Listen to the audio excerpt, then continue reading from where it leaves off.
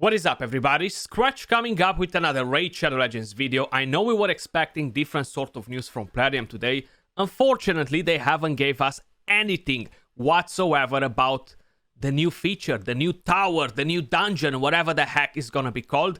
We don't know nothing about it. But on the other hand, we have news about the 10x. And I gotta tell you, this is the most toxic 10x they've ever done, okay? It's so toxic that I need help from all of you guys to come here, grab me, and control me, because I'm really tempted by this 10x. So basically, the champions that we're gonna have in, guys, is no one else but we're gonna start with the Void Legendary. Now, I'm not tempted by this guy. I already have a copy. I'm not using him.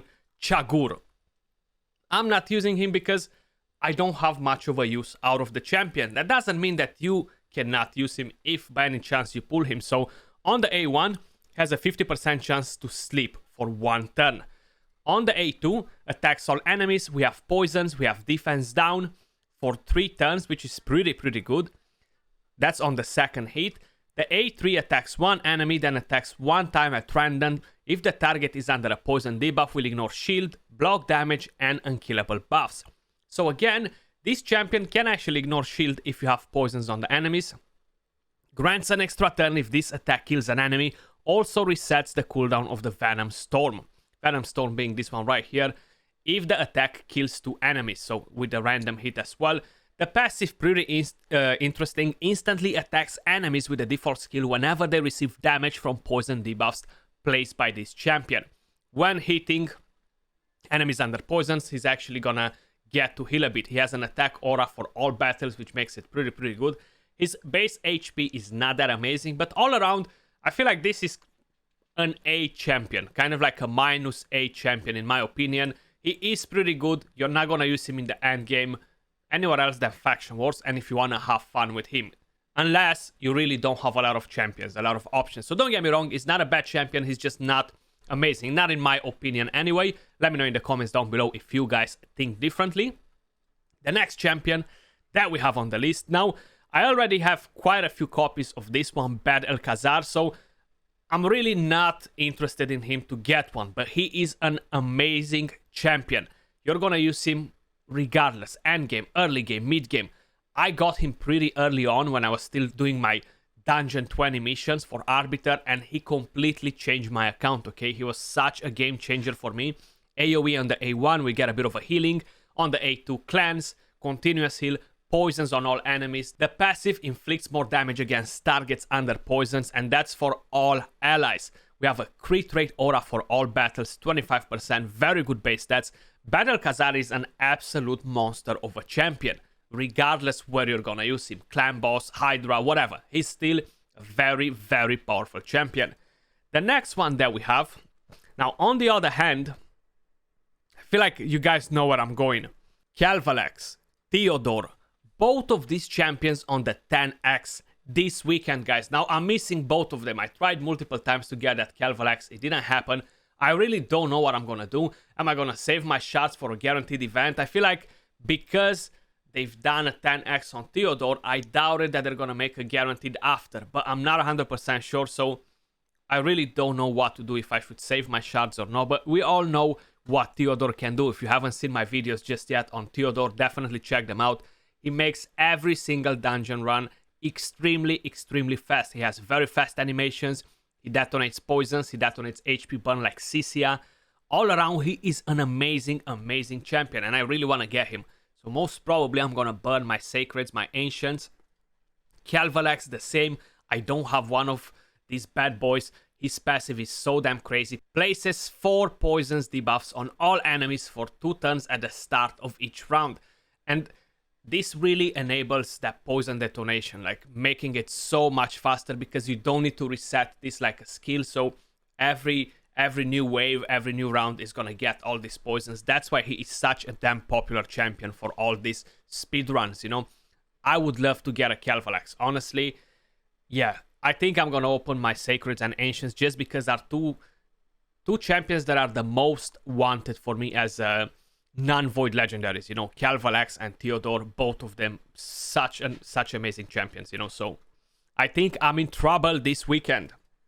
Moving over to the epic champions, guys. Let's start with the void one. So we're gonna have no one else but Eurogrim, of course. We have Battle Khazar, we have all the rest of the toxic gang in here. Why not? Let's have Eurogrim as well. So we kind of know what he does. Multi-hit on the A1, chance to land the poison, cleanse one ally and heals. And here, continuous heal and poisons on enemies, continuous heal on allies, of course, speed aura for all battles. He's still a pretty decent champion. He's not at the level of Battle Khazar, but he's still very powerful for an epic champion. And I feel like, yeah, you can definitely find a use out of this champion. Clan boss as a cleanser, poisoner, healer, even for dungeons. I'm running him on my Ice Golem dungeon, actually, because I don't have Calvalex, I don't have Theodore, so I have to run kind of like a different sort of team in there.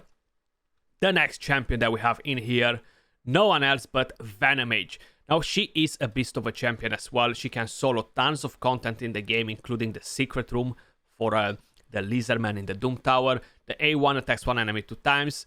We have a bit of damage reduction from her passive if the target is under a heal reduction. So that's always good to have. A3 lands heal reduction and poisons. Then the A2 lands defense down, and we're landing decrease attack if the target is under a poison. We have an accuracy aura for all battles. She is really solid as a champion. If you want to build her for solo stuff, definitely give her a regeneration set, and she's going to do so much work. Next champion that we have on the list, I feel like, damn, we're kind of going like in a line here. Skinwalkers. No one else but Scabrius. Now, out of all of them, I feel like the quality of the epics are going down now with Scabrius and the next one that we have on the list. Not because they're bad, they're just not at the S tier for epic champions, you know, like Venomage or Eurogrim. But still, Scabrius is not that bad. I still gotta try him out in a clan boss to see what sort of damage I'm getting out of him. 50% chance to land the poison, attacks all enemies, we're landing a leech. And here we're landing weaken, and then places increased attack on this champion if the weaken is placed. His passive damage increases by 21 attacking enemies under poisons. Now, I feel like this one would be better off paired with the champion that lands more poisons. I feel like him and Fane could do some work on a double man-eater team or something like that, you know.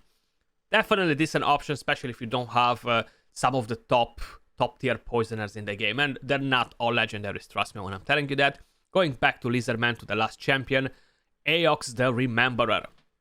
Decent champion, right? The A1 has a small chance to land poisons. The A2 attacks one enemy, heals all allies by 10% of their max HP, and we're getting a bit of extra heal for each debuff on the target. We have decreased attack on all enemies. We have a chance to land a decreased crit rate on the target as well. And we have this passive, increases the duration of 2 random debuffs on the attacker by 1 turn when attacked. Occurs once per hit. We have an accuracy aura for Doom Tower battles only. I feel like him and Steelskull are kind of like on the same level, more or less, especially considering the A1. Now, I would argue that Steelskull has that increased defense, which is pretty solid, but he has this passive, which is pretty solid, and he has the decreased attack. So I would kind of like put them on the same level. I don't see them as S-tier epics anymore. I feel like they really got power creeped with all these new additions to the game, but they're still decent champions, you know what I mean? So I would still probably suggest you, if you have one of them, 6-star him, use him, because you're definitely going to have places where to use him. Like, he's going to be good for secret rooms, he's going to be good even for faction wars, maybe for clan boss if you don't have better options. But that's all for this video, guys. These are the champions that we have on the 10x starting tomorrow. It's going to go all the way to Sunday as usual, you know how it is. And the whole idea is that, ouch, Calvalex, Theodore, how many of you guys are tempted to go for this 10x? Let me know in the comments down below. One thing that I really want to point out and remind you, the chances to summon legendary champions are still rubbish, okay? 0.5% chance to get a legendary, 8% to get an epic. Plus, the chances to actually get the 10x champion are extremely low, almost like winning the lottery, okay? So think about that before you're dropping in your shards, and be aware that you might get disappointed. You gotta be extremely lucky to actually manage to pull it. But that was all for this video. Let me know your thoughts in the comments down below, and I'll catch you all soon in the next one. Peace.